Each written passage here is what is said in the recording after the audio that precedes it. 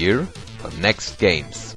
Welcome to 1984, one of the most important years for the Commodore 64 and its games. You know, I have a whole bunch of great games in my hand to show you, and it's actually a pity that I can't show you all of them in this video. I thought a long time till I made a decision which games I should show you, and once again, I chose them by my personal experience and opinion. But even if some titles are missing, I hope you can enjoy another fantastic time travel to the good old days back then though. So let's insert your disk or dataset, type load quad star quote comma 8 comma 1, press return and game on. Often copied but never reached. Boulder Dash from First Star Software is without a doubt one of the most original games for the Commodore 64 and turned into a timeless classic. The Adventures of the Diamond Collecting Rockford got many sequels as well as various ports for different systems and consoles. Your objective in this game is to guide Rockford, who looks a little bit like an alien or ant or something, through various caves and collect a certain number of diamonds. As a kid, I wondered where he put all these diamonds into. I mean, these things are as big as him. Is he eating them or something? Like Pac-Man? Well, anyway. When you have collected a number of diamonds, you hear something like an explosion sound, and the screen flashes occasionally. Then you have to find the exit in the form of a blinking square. If you find it before the timer goes to 0, you're proceeding to the next area. Sounds easy, doesn't it? Well, in the first levels indeed. But you have to be careful where you're going. Things like boulders which could fall on you when you aren't fast enough can kill you. Also creatures like deadly blinking squares or butterfly thingies are on the loose to make your life not easier. For 1984 the graphics are very poor, no doubt about it. The same goes also to the music. But does this mean that Boulder Dash is a bad game? Nope. Like I said in the beginning, it's a timeless classic. Boulder Dash uses a simple but amazingly effective formula, concentrating on an addictive and challenging gameplay that everyone can figure out in less than a minute, and reduce the design aspects to a necessary minimum. Strategy and fast reaction are the core of Boulder Dash. These and many other aspects made this game so special and fascinating. My famous last words on Boulder Dash? Play it or get crushed! Another visitor. Stay a while. Stay forever. Oh my god, what happened to second stage voice, you may ask?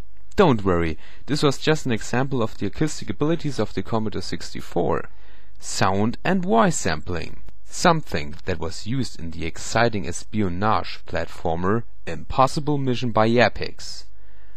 As the Special Agent 4125, your mission is to find all the password pieces of an enormous supercomputer in the underground complex of Alvin Atombender, who wants to destroy the entire world with secret US missiles in 6 hours.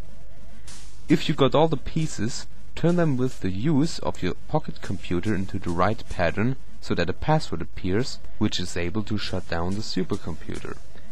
When you made it within the 6-hour limit, you win the game. Your weapons, your skills, mind and combination abilities. And your scanner, of course. With it you can easily scan all the utilities in the different rooms. Sometimes you can find stuff, sometimes not. But watch out, these Stalag lookalikes want you dead. And since the scanning of some stuff takes time, you have to be fast and very careful. Luckily you can deactivate the robots for a short period of time with a password you can collect. In the computer, which you can find in the rooms, you can select that function. The positioning of platform in their original pattern is also possible. Impossible Mission is just fantastic. From the amazingly detailed graphics to the gameplay itself, this game brings you an original as well as challenging task that makes you playing for hours. The idea itself was back in 1984 way ahead of its time, and the sample and speech function gave programmers the opportunity to experiment with the acoustic abilities of the Commodore 64. My final words on Impossible Mission?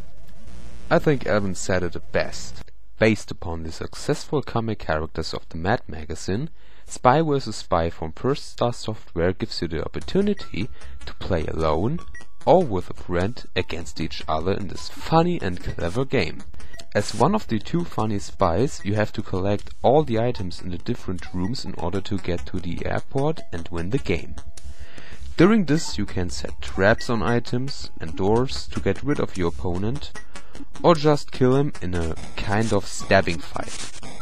In my opinion, it's a okay game as a one-player experience, but the game gets its greatness when you play it in the two-player mode.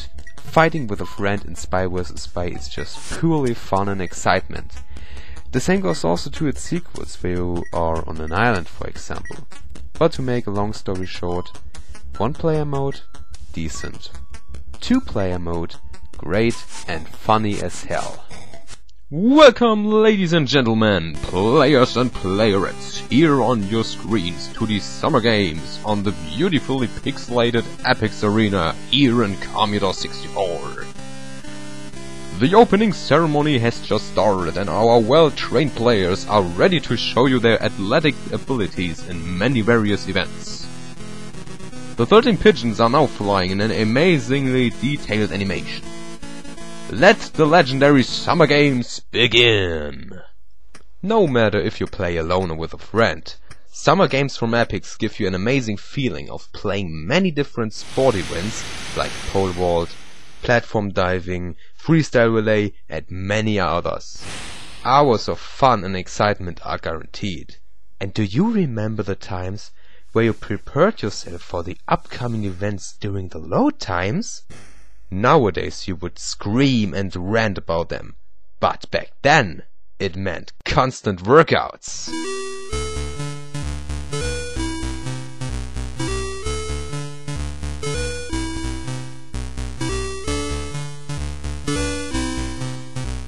The moment has come. Our two competitors are ready for the 500-meter dash, and excitement is in the air. And here they're off and away! Who will win the contest of constantly shaking the joystick left and right to oblivion?